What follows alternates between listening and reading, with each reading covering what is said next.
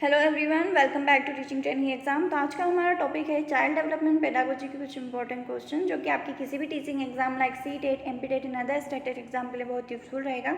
तो ये हमारी प्रैक्टिस सीरीज़ का पार्ट 28 है। अगर आपने प्रीवियस प्रैक्टिस सीरीज़ नहीं देखी हैं तो चैनल पर प्लेलिस्ट बनी हुई है, आप जाकर देख सकते हैं। तो स्टार्ट करते हैं इंपॉर्टेंट क्वेश्चन से। तो फर्स्ट क्वेश्चन है, एक विद्यार्थी अपने समकक्ष व्यक्तियों के समूह के प्रति आक्रामक व्यवहार करता है और विद्यालय के मानदंडों को नहीं मानता। इस विद्यार्थी को डैश में सहायता की आवश्यकता है। फर्स्ट ऑप्शन है इमोशनल एरिया यानी कि भावनात्मक क्षेत्र। सेकंड ऑप्शन है उच्च स्तरीय चिंतन कौशल यानी कि हायर थिंकिंग स्किल्स। और थर्ड ऑप्शन है संज्ञानात्मक क्षेत्र। और फोर्थ ऑप्शन है मनोज्ञानात्मक क्षेत्र। तो इस क्वेश्चन का जो राइट आंसर होगा वो ऑप्शन नंबर ए होगा, क्योंकि यहाँ पर बताया गया है कि एक विद्यार्थी जो है वो अपने पीयर ग्रुप के प्रति आक्रामक व्यवहार करता है और जो विद्यालय के रूल्स एंड रेगुलेशन यानी कि मानदंड होते हैं उन्हें मानता नहीं है। तो इस प्रकार के जो व्यवहार जो होते हैं वो इमोशनल इंटेलिजेंस की कमी के कारण होते हैं। और यहाँ पर पूछा गया है कि इस विद्यार्थी को किस क्षेत्र में सहायता की आवश्यकता है, तो यहाँ पर बताया गया है इमोशनल क्षेत्र यानी कि भावात्मक क्षेत्र में इसको सहायता की बहुत आवश्यकता है। अदर ऑप्शंस दिए हुए हैं चिंतन, उच्च स्तरीय चिंतन कौशल। अगर उस बच्चे के उच्च स्तरीय चिंतन कौशल होंगे तो इस प्रकार के व्यवहार वो शो नहीं करेगा। और संज्ञानात्मक क्षेत्र में जब सहायता दी जाती है जब बच्चे को कॉन्सेप्ट क्लियर नहीं होता। और मनोगत्यात्मक क्षेत्र यानी कि उसके साइकोलॉजिकल क्षेत्र इस तरह की कोई परेशानी नहीं मत प्रदर्शित करते। इस तरह के व्यवहार बच्चे मनोगत्यात्मक क्षेत्र में परेशानी नहीं प्रदर्शित करते। तो इस क्वेश्चन का जो राइट आंसर होगा ऑप्शन नंबर ए होगा। नेक्स्ट जो क्वेश्चन है, शिक्षकों को यह सलाह दी जाती है कि वे अपने बच्चों को अपने विद्यार्थियों को सामूहिक गतिविधियों में शामिल करें, क्योंकि सीखने को सुगम बनाने के अतिरिक्त ये डेस्क में भी सहायता करता है। तो फर्स्ट ऑप्शन है दुश्चिंतता, सेकेंड ऑप्शन है सामाजिकरण और थर्ड ऑप्शन है मूल्यधन और फोर्थ ऑप्शन है आक्रामकता। तो इस क्वेश्चन का जो राइट आंसर होगा ऑप्शन नंबर बी होगा, क्योंकि यहाँ पर बताया गया है कि जो टीचर है वो सामूहिक गतिविधि यानी कि सोशल एक्टिविटीज़ करवाती है बच्चों को। तो उससे जो होगा मतलब बच्चों की सोशल डेवलपमेंट इम्प्रूव होगा और इससे जो बच्चों का सीखने का वातावरण होगा वो भी सुगम बनेगा। तो इस क्वेश्चन का जो राइट आंसर होगा ऑप्शन नंबर बी होगा। अदर ऑप्शंस दिए हुए दुश्चिंता यानी कि एंजाइटी, तो इससे जो सहायता तो बिल्कुल मिलेगी नहीं, ये बिल्कुल गलत ऑप्शन होगा। मूल्य द्वंद्व यानी कि वैल्यू का जो डिलेमा होता है उसके बारे में बात कही। आक्रामकता इससे कोई रिलेशन नहीं रखना। तो इस क्वेश्चन का जो राइट आंसर होगा ऑप्शन नंबर बी होगा। नेक्स्ट क्वेश्चन है, निम्नलिखित में से कौन सा मुख्य रूप से आनुवंशिकता संबंधी कारक है।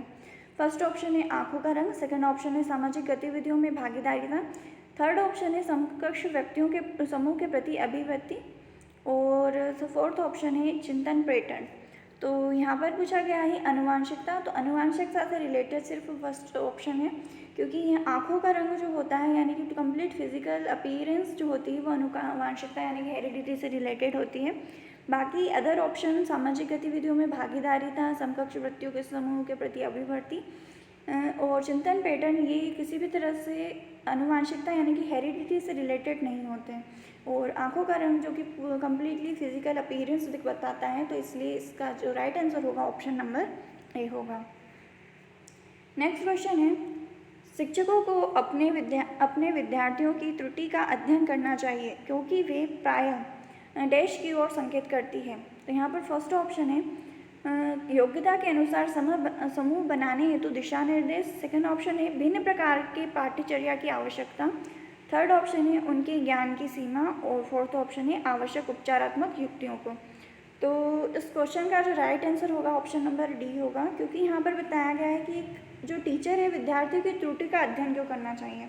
तो जो त्रुटियाँ होती है वो ये बताती है कि हम उसको बच्चे को किस तरह से रेमेडिकल टीचिंग दे सकें और उसका इम्प्रूवमेंट कर सके। और ये जो अदर ऑप्शन दिए हैं इनमें नेगेटिव टैगवर्ड आ गए, जैसे योग्यता के अनुसार समूह बनाना, तो कभी भी योग्यता के अनुसार समूह नहीं बनाए जाते हैं।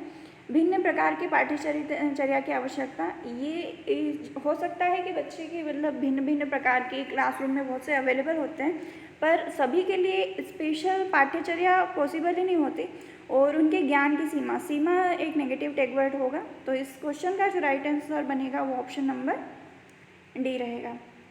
नेक्स्ट क्वेश्चन है, सीमा हर पाठ को बहुत जल्दी सीख लेती है, जबकि लीना उसे सीखने में ज़्यादा समय लेती है।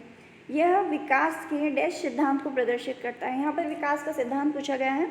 तो फर्स्ट ऑप्शन है व्यक्तिक विभिन्नता, सेकेंड ऑप्शन है अंतर संबंध, और थर्ड ऑप्शन है निरंतरता, और फोर्थ ऑप्शन है सामान्य से विशिष्ट की ओर। तो इस क्वेश्चन का जो राइट आंसर होगा ऑप्शन नंबर ए, क्योंकि यहाँ पर जो विकास का सिद्धांत बताया गया है, यहाँ पर जो स्टेटमेंट दी है कि सीमा एक लड़की है जो बहुत अच्छी जल्दी सीख लेती है और जो लीना है उसे सीखने में ज़्यादा समय लगता है। तो ये इंडिविजुअल डिफरेंस बताता है कि एक बच्चा दूसरे बच्चे से बिल्कुल अलग है। तो ये जो सिद्धांत होगा तो वो होगा व्यक्तिक विभिन्नता के लिए। और अदर जो सिद्धांत है अंतर संबंध का सिद्धांत, जैसे अलग अलग तरह का डेवलपमेंट जो होते हैं, जैसे फिजिकल डेवलपमेंट, मेंटल डेवलपमेंट, ये एक दूसरे से कोरिलेटेड होते हैं। अंतर संबंध का सिद्धांत ये बताता है। निरंतरता का सिद्धांत यानी कि विकास निरंतर चलता रहता है, तो निरंतरता का सिद्धांत और सामान्य से विशिष्ट की ओर बताता है कि जो जनरल चीज़ें होती हैं वो पहले होती हैं और स्पेसिफिक चीज़ें, स्पेसिफिक डेवलपमेंट बाद में होते हैं। तो इस क्वेश्चन का जो राइट आंसर होगा ऑप्शन नंबर ए होगा, क्योंकि व्यक्तिगत विभिन्नता ही इंडिविजुअल डिफरेंस ही है जो मतलब बच्चों को सीखने में अलग अलग समय लगते हैं। तो इस क्वेश्चन का जो राइट आंसर होगा option number A. Next question है, निम्नलिखित में से के अतिरिक्त सभी वातावरणीय कारक विकास को आकार देते हैं। फर्स्ट ऑप्शन है पौष्टिक की गुणवत्ता, सेकेंड ऑप्शन है संस्कृति, थर्ड ऑप्शन है शिक्षा की गुणात्मकता, और फोर्थ ऑप्शन है शारीरिक गठन। तो इस क्वेश्चन का जो राइट आंसर होगा ऑप्शन नंबर डी, क्योंकि यहाँ पर बताया गया है वातावरणीय कारक। तो शारीरिक गठन जो हो गया, फिजिकल अपीयरेंस हो गए जो कम्प्लीटली हेरिडिटी से रिलेटेड है, और वातावरण से रिलेटेड अदर तीनों ऑप्शन हैं। तो यहाँ पर पूछा गया था के अतिरिक्त, तो यहाँ पर जो फोर्थ ऑप्शन होगा वो वातावरणीय कारक जो होगा नहीं होगा, जो कि विकास के लिए फ़ायदेमंद नहीं होता है। तो इस क्वेश्चन का जो राइट आंसर होगा option number D. Next question है, एक अच्छी पाठ्य पुस्तक डैश से बचती है। फर्स्ट ऑप्शन है लैंगिक समानता, सेकंड ऑप्शन है सामाजिक उत्तरदायित्व, थर्ड ऑप्शन है लैंगिक पूर्वाग्रह, और फोर्थ ऑप्शन है लैंगिक संवेदनशीलता। तो इस क्वेश्चन का जो राइट आंसर है ऑप्शन नंबर सी, क्योंकि ये सभी जो अदर ऑप्शन है वो पॉजिटिव इम्पैक्ट डालते हैं। अगर किसी पाठ्य पुस्तक में ये सब होता है तो ठीक है, पर लैंगिक पूर्वाग्रह जो होता है वो बिल्कुल गलत होता है। तो इसके बारे में मतलब हम बता नहीं सकते कि किसी एक जेंडर की स्पेसिफिक बताता है, तो ये बिल्कुल गलत होता है। तो इस क्वेश्चन का जो राइट आंसर हो गया ऑप्शन नंबर सी, क्योंकि यहाँ पर बताया गया है पाठ्य पुस्तक से बचती है, तो ये ऑप्शन यहाँ पर करेक्ट बैठता है।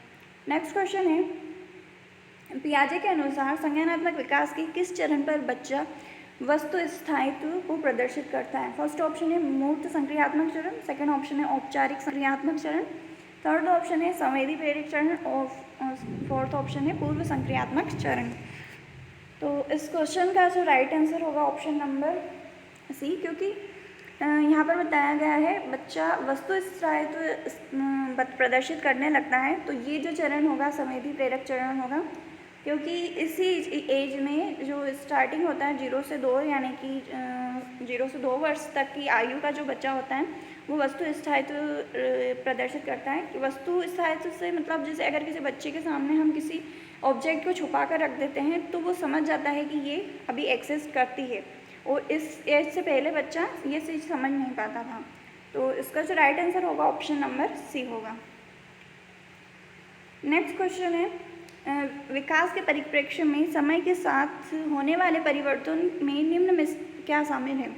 तो इसका फर्स्ट ऑप्शन है रूप यानी कि फॉर्म, सेकेंड ऑप्शन है दर यानी कि रेट, और थर्ड ऑप्शन है अनुक्रम यानी कि सीक्वेंस, और फोर्थ ऑप्शन है ये सभी।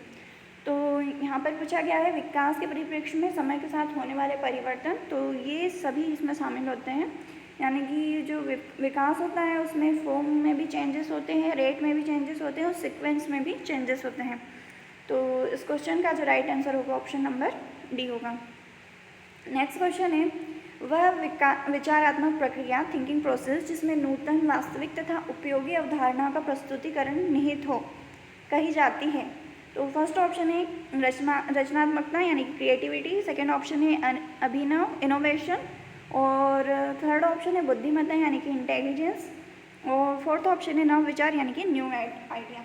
तो इस क्वेश्चन का जो राइट आंसर होगा ऑप्शन नंबर ए होगा, क्योंकि जो पूरी कैरेक्टरिस्टिक दी है वह नूतन, वास्तविक और उपयोगी अवधारणा का प्रस्तुतिकरण, ये सब क्रिएटिविटी में दिखाया जाता है। तो इस क्वेश्चन का जो राइट आंसर होगा ऑप्शन नंबर ए। तो ये थे कुछ इंपॉर्टेंट क्वेश्चन। आई होप ये वीडियो आपको अच्छा लगा। वीडियो अच्छा लगा प्लीज़ लाइक एंड सब्सक्राइब जरूर कीजिएगा। Thank you for watching.